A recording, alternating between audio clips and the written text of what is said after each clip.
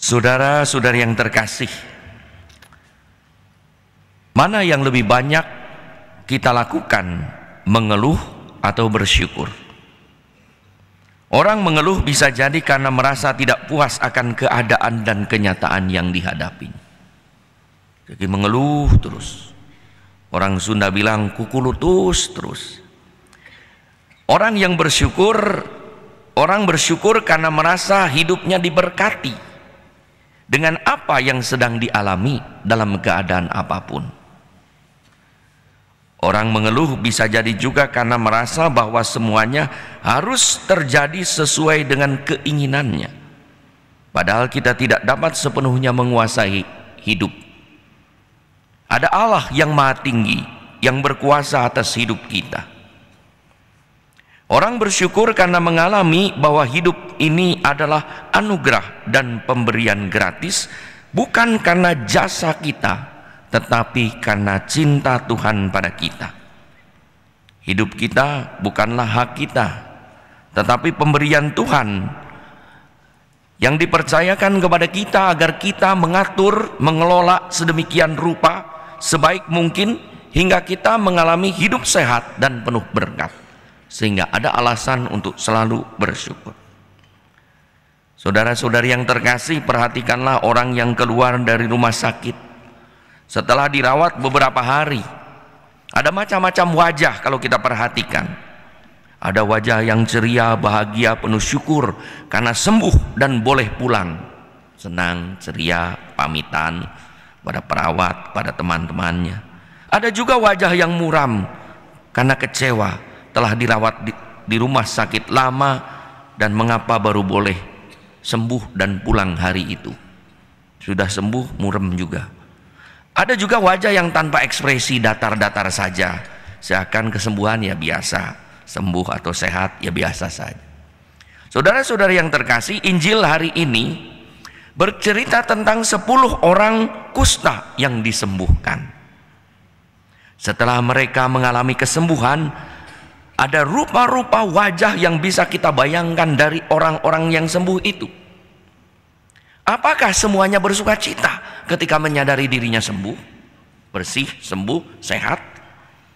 Siapa tahu di antara mereka ada yang menerima kesembuhan itu sebagai haknya. Biasa saja. Harusnya memang begini dari dulu, kenapa baru sembuh sekarang? Siapa tahu di antara mereka juga ada yang mengalami kesembuhan sebagai hal biasa, karena memang sudah berusaha sembuh, mencari kemana-mana dan bertemu dengan Yesus lalu disembuhkan. Rupanya banyak orang yang sembuh badannya tetapi tidak sampai selamat jiwanya. Yang dipuji oleh Yesus di dalam Injil hari ini adalah satu orang yang mengalami kesembuhan badan sebagai jalan untuk menyelamatkan jiwanya. 10 orang mengalami kesembuhan badan, tetapi hanya satu orang yang kembali kepada Yesus untuk bersyukur kepada Allah yang telah berkenan berbuat baik kepadanya. Padahal ia sendiri menyadari dengan sakit kusta, artinya pada saat itu orang yang secara spiritual berdosa kepada Allah dan secara sosial najis hingga tidak boleh bergaul dengan sesamanya. Pada saat orang Samaria itu mengalami disembuhkan badannya, ia pun datang kepada Yesus, bersujud tersunggur di hadapan Yesus, berterima kasih hingga ia pun diselamatkan jiwanya. Maka kata Yesus, pergilah, imanmu menyelamatkan engkau. Menyelamatkan badannya dan menyelamatkan jiwanya. Rupanya 9 orang kusta yang disembuhkan merasa bahwa kesembuhan adalah haknya dan kesembuhan adalah hal biasa, hingga ia merasa tidak perlu kembali kepada sumber kesembuhan yang juga tidak mengubah hidupnya untuk percaya dan makin mengandalkan Tuhan. Bacaan pertama berkisah tentang Naaman yang mendapat mujizat kesembuhan, kemudian ia mengalami dirubah hidupnya hingga ia berkata, saya hanya akan berbakti kepada Tuhan, bukan kepada dewa-dewa. Rupanya Tuhan dibutuhkan oleh 9 orang tadi, orang yang disembuhkan hanya untuk sembuh saja. Sementara orang Samaria itu merasa bahwa kesembuhan badan menyadarkan diri bahwa sumber keselamatan ada pada Tuhan. Dan ia harus datang mencari keselamatan yang bukan hanya badan, tapi lebih dari badan, yaitu jiwanya, hingga ia harus sujud dan menyembah Tuhan agar tidak jatuh sakit lagi dan tidak berdosa lagi. Karena kusta pada waktu itu dianggap sebagai penyakit karena dosa. Kesembuhannya menjadi pengalaman redemptif, yaitu pengalaman diampuni, pengalaman ditebus, pengalaman diselamatkan oleh Tuhan. Tidak setiap orang yang mengalami kesembuhan, mengalami berkat, dibawa kepada pengalaman redemptif, dipertemukan dengan Tuhan, disentuh dan diselamatkan Tuhan. Saudara-saudara yang terkasih, saya pernah mendengarkan satu ceramah, konon katanya orang Indonesia itu orang-orang yang bersyukur sebetulnya. Pernah seorang bapak katanya begini, dilapori oleh pegawainya yang lari tergesa. Pak, anak bapak kecelakaan. Waduh, bagaimana? Kakinya patah. Dua-duanya. Tidak pak, yang sebelah kiri. Yang kanan masih bagus. Untung yang kanan juga tidak patah. Nah, kata untung itu bersyukur. Iya pak, tapi giginya rontok.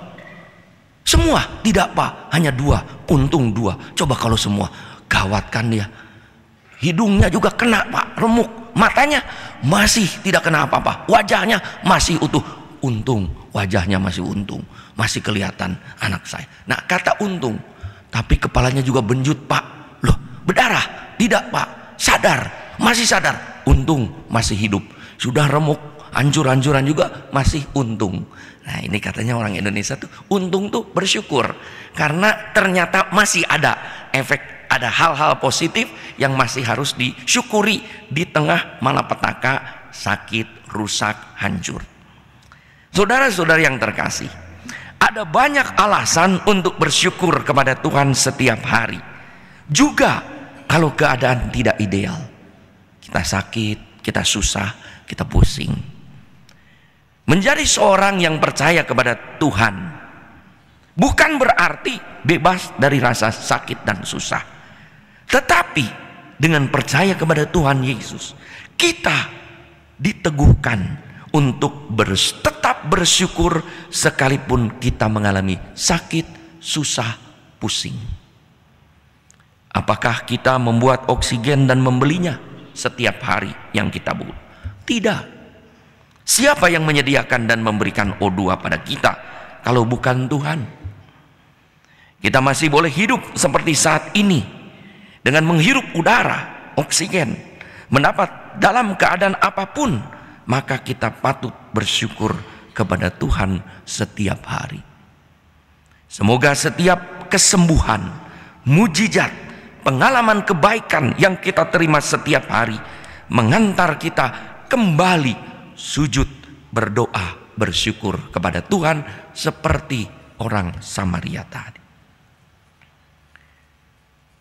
Pada waktu frater di tempat pendidikan itu ada kapel, sebelahnya ada sekolah. Pada waktu musim ujian ada banyak anak-anak SD, anak-anak SMP, SMA ke kapel berdoa sebelum ujian.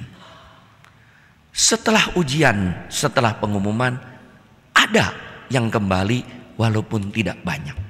Mungkin pertanyaannya, di mana semua yang lulus itu? Hanya sebagian kecilkah ini yang datang?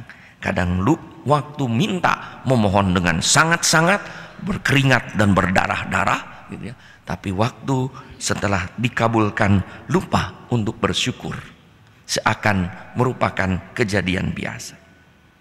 Saudara-saudari yang terkasih, semoga kebaikan Tuhan, mujizat sekecil apapun mengubah hidup kita menjadi pribadi yang bersyukur, hingga hidup kita dengan bersyukur tambah sehat dan mengalami hidup terberkati, sehingga kita selalu menjadi pribadi yang selalu sujud, berdoa, kembali kepada Tuhan untuk bersyukur.